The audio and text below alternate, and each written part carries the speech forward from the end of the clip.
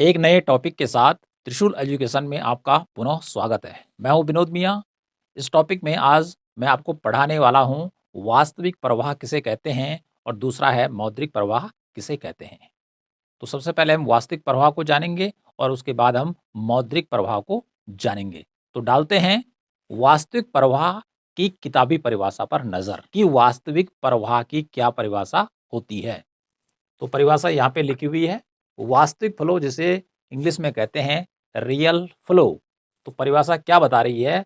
परिवार से फर्मों को साधन सेवाओं तथा फर्मों से परिवारों को वस्तुओं व सेवाओं का जो प्रवाह होता है उसे वास्तविक प्रवाह कहते हैं। ये तो है किताबी परिभाषा। तो यह किताबी परिभाषा बहुत ही सरल और आसान शब्दों में लिखी गई है और आपको इसको याद करना है। अब इसको हम डायग्राम पर बहुत ही आसान से आसान भाषा में समझ लेंगे कि वास्तविक प्रवाह क्या होता है। ओके। और जब वास्तविक प्रवाह कंप्लीट हो जाएगा उसके बाद हम मौद्रिक प्रवाह की परिभाषा को भी समझेंगे और डायग्राम पर भी उसको समझने का प्रयास करेंगे। तो सबसे पहला जो हमारा आता है वास्तविक प्रवाह, क्योंकि यह आय के चक्रीय प्रवाह के अंतर्गत आता है। किसके अंतर्गत आता है? आय के चक्रीय प्रवाह के अंतर्गत आता है। तो बात कर रहा हूं मैं वास्तविक प्रवाह। तो वास्तविक प्रवाह को जानने के लिए हमें क्या करना पड़ेगा? सबसे पहले हमें यहाँ पे लिखना पड़ेगा परिवार। इस प्रकार से हमारा यहाँ पे परिवार या जिसे हम कहते हैं घरेलू क्षेत्रक, हाउस होल्ड सेक्टर, यहाँ पर लिखना है। ओके। और दूसरा यहाँ पर हमारा आ जाएगा फर्म,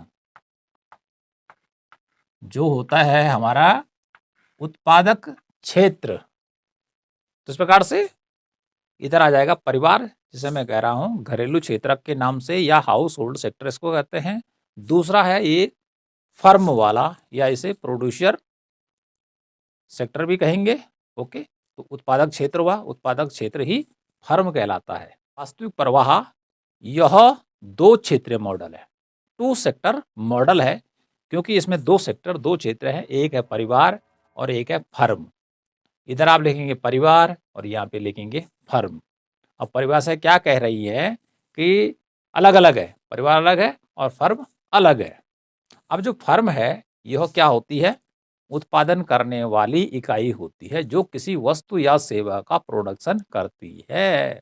जैसे कोई फैक्ट्री क्या है? अचार बनाने वाली फैक्ट्री है। ओके। कोई जैकेट बनाने वाली फैक्ट्री है, मतलब कोई भी फैक्ट्री हो सकती है।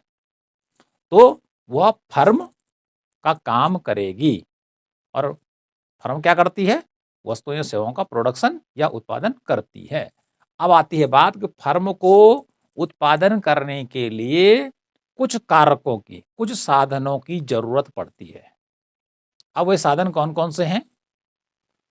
वे साधन हैं कि जिनकी मदद से फर्म क्या करेगी? उत्पादन करने का काम करेगी। उसमें आता है पहले नंबर पर भूमि, दूसरे में आता है श्रम, तीसरे में आता है पूंजी और चौथे नंबर पर आता है साहस। इस प्रकार से देखिए, फर्म को उत्पादन करने के लिए, जैसे अचार का उत्पादन करने के लिए किन किन चीज़ों की जरूरत पड़ेगी? सबसे पहले उसे जमीन की जरूरत पड़ेगी, अर्थात जहाँ पर फैक्ट्री लगाई जाएगी जमीन की जरूरत पड़ेगी, नंबर एक। दूसरा, काम करने के लिए, श्रम करने के लिए लोगों की जरूरत पड़ेगी। ठीक है, मजदूरों की जरूरत पड़ेगी। उसके बाद आता है पूंजी, क्योंकि फार्म जो फैक्ट्री लगाई जाएगी बिना पैसे के तो लगेगी नहीं। और अंत में साहस, अर्थात जो फैक्ट्री का मालिक है, जो फैक्ट्री को लगाने का काम कर रहा है। तो इस प्रकार से फर्म को उत्पादन कार्य करने के लिए एक दो तीन चार, इन चार साधनों या कारकों या इसे उपादान भी कहते हैं, इनकी आवश्यकता पड़ती है। और इन इन चारों की मदद से कोई फर्म क्या करती है? वस्तु या सेवा का उत्पादन करती है। ओके। अब फर्म को भूमि, श्रम, पूंजी और साहस कहाँ से मिलेंगे? ये सारी चीजें जो आने वाली हैं ये परिवार से आने वाली है। ठीक है। तो इस प्रकार से ये चारों चीजें कहां से आएंगी? परिवार से लेगा कौन? इधर की तरफ देखिए, एरो बनाना है कि परिवार से फर्म को भूमि दी जाएगी, क्योंकि परिवारों के पास ही भूमि होती है, परिवारों में ही काम करने वाले लोग होते हैं, श्रम होता है, उन्हीं के पास पूंजी होती है और साहस। ये चारों चीजें फर्म को परिवार से मिलेंगी। ओके, अब इनकी मदद से फर्म क्या करेगी? किसी वस्तु या सेवा का उत्पादन करेगी। ओके, इतनी बात तो क्लियर होगी यहाँ तक। अब यहाँ पर जिन वस्तुओं और सेवाओं का प्रोडक्शन किया जाएगा, अर्थात फर्म जो उत्पादन कर रही है वो किसके लिए कर रही है? वह जो उत्पादन करने का काम कर रही है वह परिवारों को कर रही है, कि जो लोग हैं उनको वस्तुओं या सेवाओं की जरूरत है, उनके लिए वह उत्पादन कर रही है। तो इस प्रकार से परिवार से फर्म को ये चीजें आएंगी, भूमि, श्रम, पूंजी और साहस। ये सेवाएं यहाँ वस्तुओं और सेवाओं के उत्पादन के लिए दी जाएंगी। ओके, उसके बाद क्या होगा?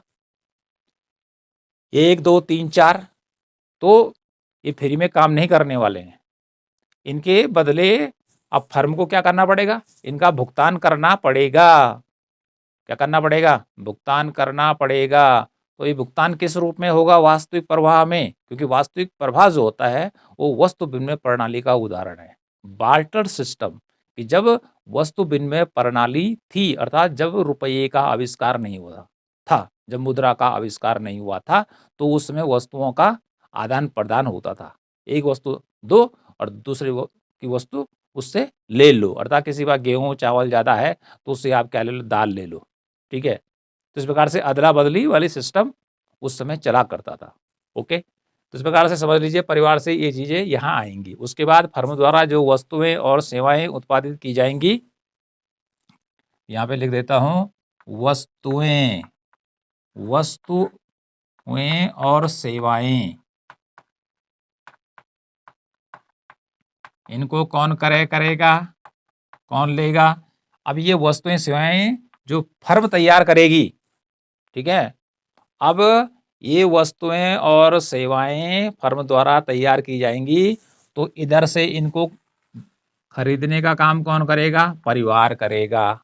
ओके, कौन करेगा? परिवार करेगा। तो इस प्रकार देखिए वस्तु विनिमय प्रणाली में जब भूमि दी जाती थी या श्रम का योगदान किया जाता था, पूंजी दी जाती थी, तो उनका भुगतान उस समय वस्तुओं और सेवाओं के रूप में परिवार को किया जाता था।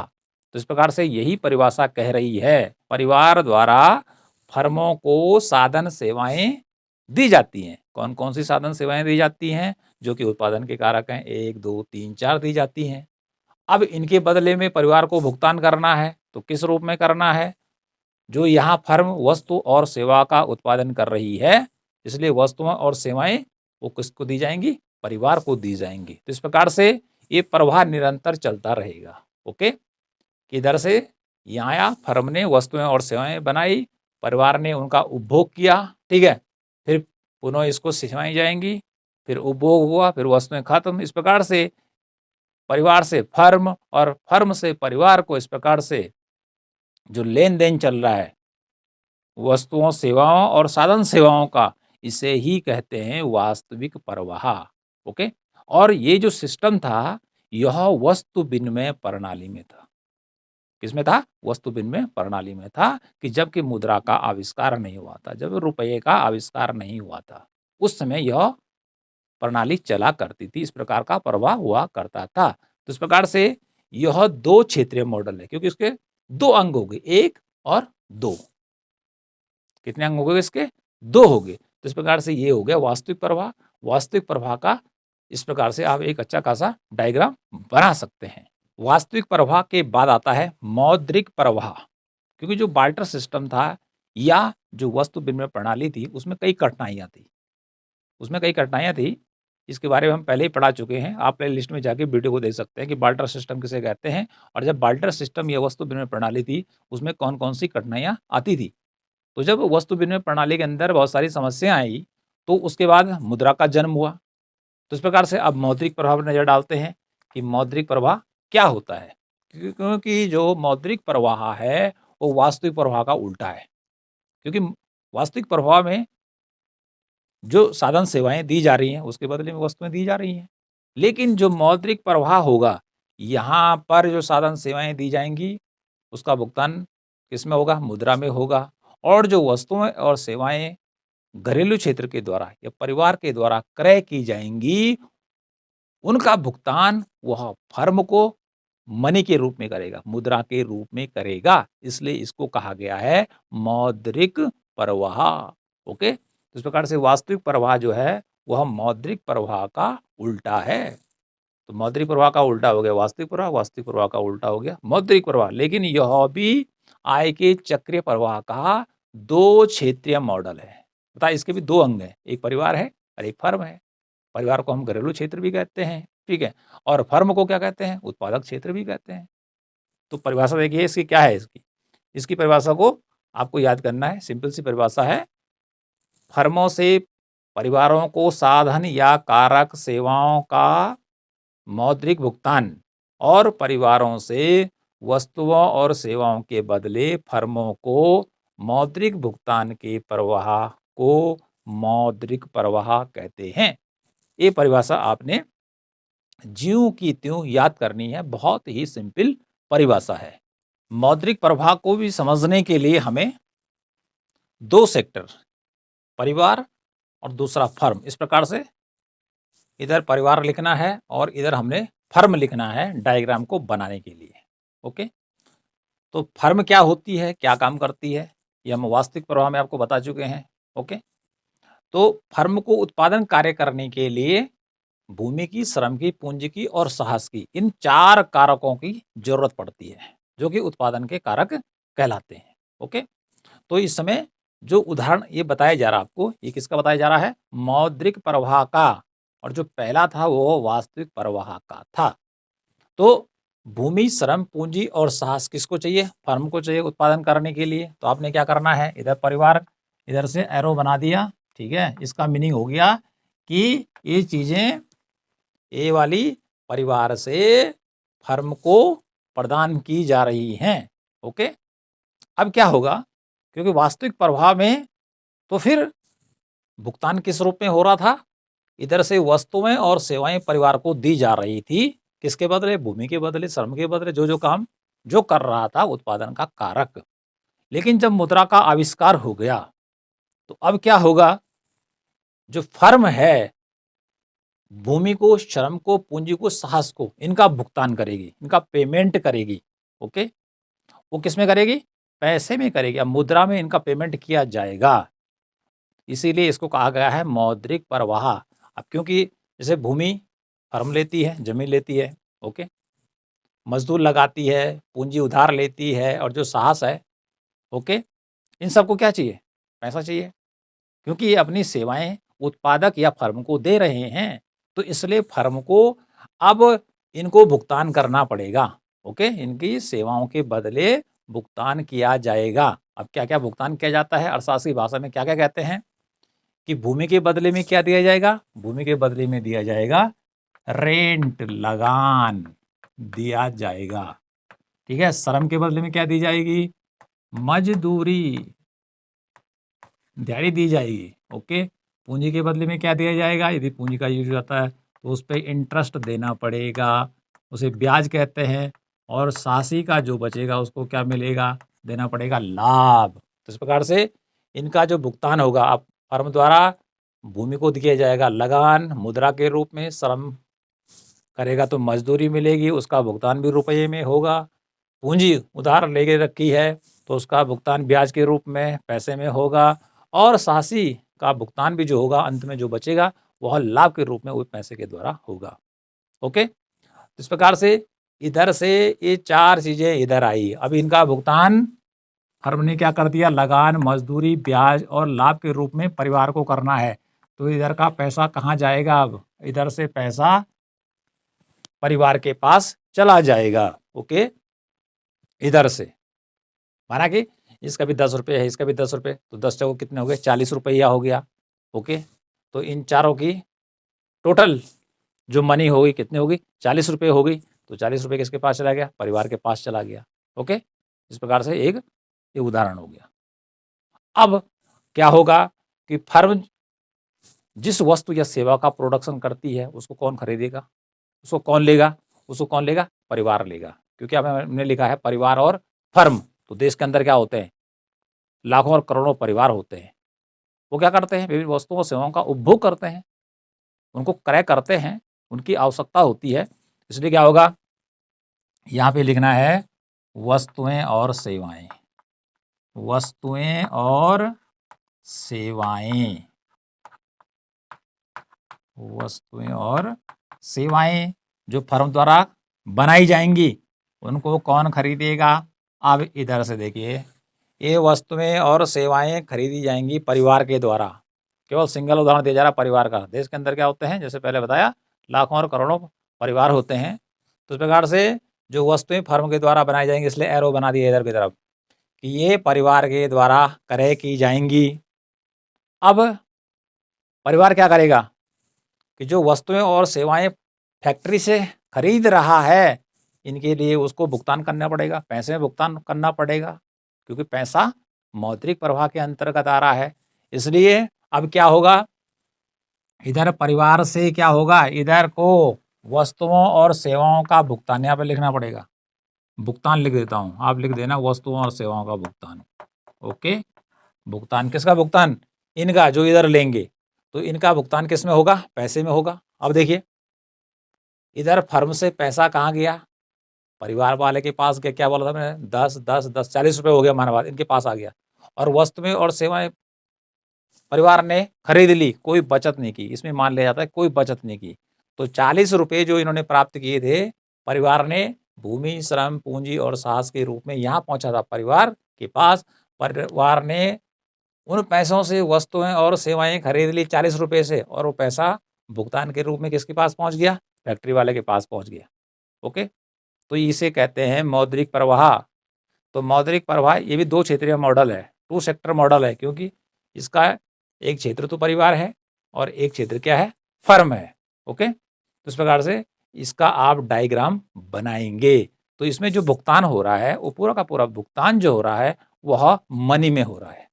किसमें हो रहा है, मनी में हो रहा है। इसलिए इसको कहा गया है मौद्रिक प्रवाह। तो इस प्रकार से एक सुंदर सा डायग्राम आप बना लेंगे। आता है कि आय के चक्रीय प्रवाह के कितने मॉडल होते हैं। तो आय के जो चक्रीय प्रवाह के जो मॉडल हैं, 2 तो मैं आपको बता चुका हूं, जो कि 2 क्षेत्रीय मॉडल हैं। तो एक बार रिपीट कर लेते हैं कि आय के चक्रीय प्रवाह के मॉडल 2 क्षेत्रीय मॉडल में पहला आता है परिवार और दूसरा उसका अंग आ गया फर्म। ओके, तो इसके अंतर्गत मैंने आपको बताया, एक तो बता दिया आपको वास्तविक प्रवाह और दूसरा बता दिया मौद्रिक प्रवाह। ये 2 क्षेत्रीय मॉडल का उदाहरण है। ओके, अब आता है दूसरे नंबर पर 3 क्षेत्रीय मॉडल। इसके 3 अंग है, परिवार, फर्म। परिवार फर्म तो इसमें भी आ रही है। तीसरा, इसमें सरकार जुड़ जाती है। क्या जुड़ जाती है, सरकार जुड़ जाती है। इस प्रकार से 2 क्षेत्रीय मॉडल और 3 क्षेत्रीय जो मॉडल हैं, ये बंद अर्थव्यवस्था के उदाहरण हैं। बंद अर्थव्यवस्था, क्लोज्ड इकोनॉमी के उदाहरण है। बंद अर्थव्यवस्था किसे कहते हैं कि जिस देश का किसी भी अन्य देश के साथ कोई लेन देन नहीं होता, कोई व्यापार नहीं होता है। देश में जितना उत्पादन होता है उसी से ही काम चलाया जाता है। इसमें आयात निर्यात की कोई गुंजाइश नहीं होती है। यदि भारत अपनी समस्त आवश्यकताओं की पूर्ति अपने देश में उत्पादित होने वाली वस्तुओं सेवाओं से करता है, ओके, तो यह बंद अर्थव्यवस्था का उदाहरण होगा। अब आता है तीसरा जो मॉडल है वह है 4 क्षेत्रीय मॉडल। अब 4 क्षेत्रीय मॉडल में 3 तो वही रहेंगे, परिवार, फर्म, सरकार, और चौथा जुड़ जाएगा शेष विश्व, रेस्ट ऑफ द वर्ल्ड, ये जुड़ जाएगा। तो इस प्रकार से 4 क्षेत्रीय मॉडल के 4 अंग हो गए, परिवार, फर्म, सरकार और शेष विश्व। ओके, तो इस प्रकार से जो ये 4 क्षेत्रीय मॉडल है, ये खुली अर्थव्यवस्था का उदाहरण है। अर्थात इसका उल्टा है यहाँ पे, क्योंकि इधर हम बात कर रहे थे बंद अर्थव्यवस्था, इधर हो जाता है खुली अर्थव्यवस्था, क्योंकि इसमें हमने विश्व को भी जोड़ दिया है। शेष विश्व, शेष का मीनिंग हो गया अपना देश तो है ही जहाँ प्रोडक्शन हो रहा है, और बाकी अन्य देशों से भी जब व्यापार होता है, अर्थात आयात भी होता है और निर्यात भी हो जाता है या होता है, तो ऐसी स्थिति वाला जो मॉडल होता है वह 4 क्षेत्रीय मॉडल कहलाता है। और वर्तमान में कोई भी देश ऐसा नहीं है कि जो अपनी सारी आवश्यकताओं को पूरा कर लेता है। प्रत्येक देश को क्या करना पड़ता है, आयात निर्यात करना पड़ता है। जैसे अपना ही देश है, अपनी कंट्री है भारत, तो भारत को विश्व से अनेक चीजें आयात करनी पड़ती हैं और भारत से भी अनेक वस्तुएं विदेशों को निर्यात करनी पड़ती हैं। तो इस प्रकार से आदान प्रदान चलता रहता है।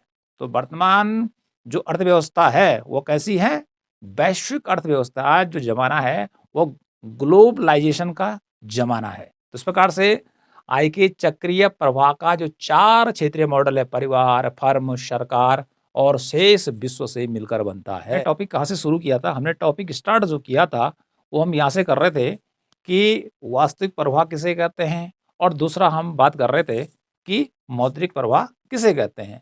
तो वास्तविक प्रवाह जो होता है कि परिवार या जो फर्म है, परिवार या जो फर्म है वो आपस में एक दूसरे से रिलेटेड है, क्योंकि यदि परिवार नहीं होगा तो फर्म नहीं होगी, परिवार नहीं होगा तो फर्म नहीं होगी, क्योंकि फर्म जो उत्पादन करेगी वो परिवार के लिए करेगी। अब जैसे हम बात कर रहे धरती पर, हम भारत में रहते हैं या किसी भी देश में रहते हैं, तो केवल पृथ्वी है जहाँ पर जीवन है। अब कोई बोलेगा चलो जी बृहस्पति है, शुक्र है, शनि है और वो अन्य के जो ग्रह हैं उन पे जीवन ही नहीं है, तो परिवार ही नहीं है, तो वहाँ के भी किसी प्रकार का प्रोडक्शन नहीं होगा। तो जहाँ लोग होंगे वहीं क्या किया जाएगा, प्रोडक्शन किया जाएगा। तो इसलिए इसके 2 क्षेत्र हो गए। ओके, एक हो गया परिवार और एक हो गया फर्म।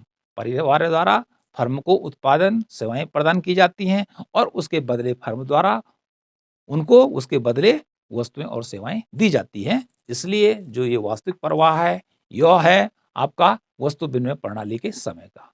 वस्तु विनिमय प्रणाली खत्म हो चुकी है, अब आ चुका है मौद्रिक प्रवाह। मौद्रिक प्रवाह में क्या होता है, परिवार द्वारा फर्म को साधन सेवाएं दी जाती हैं, भूमि दी जाती है, श्रम दिया जाता है, पूंजी दी जाती है, साहस दिया जाता है।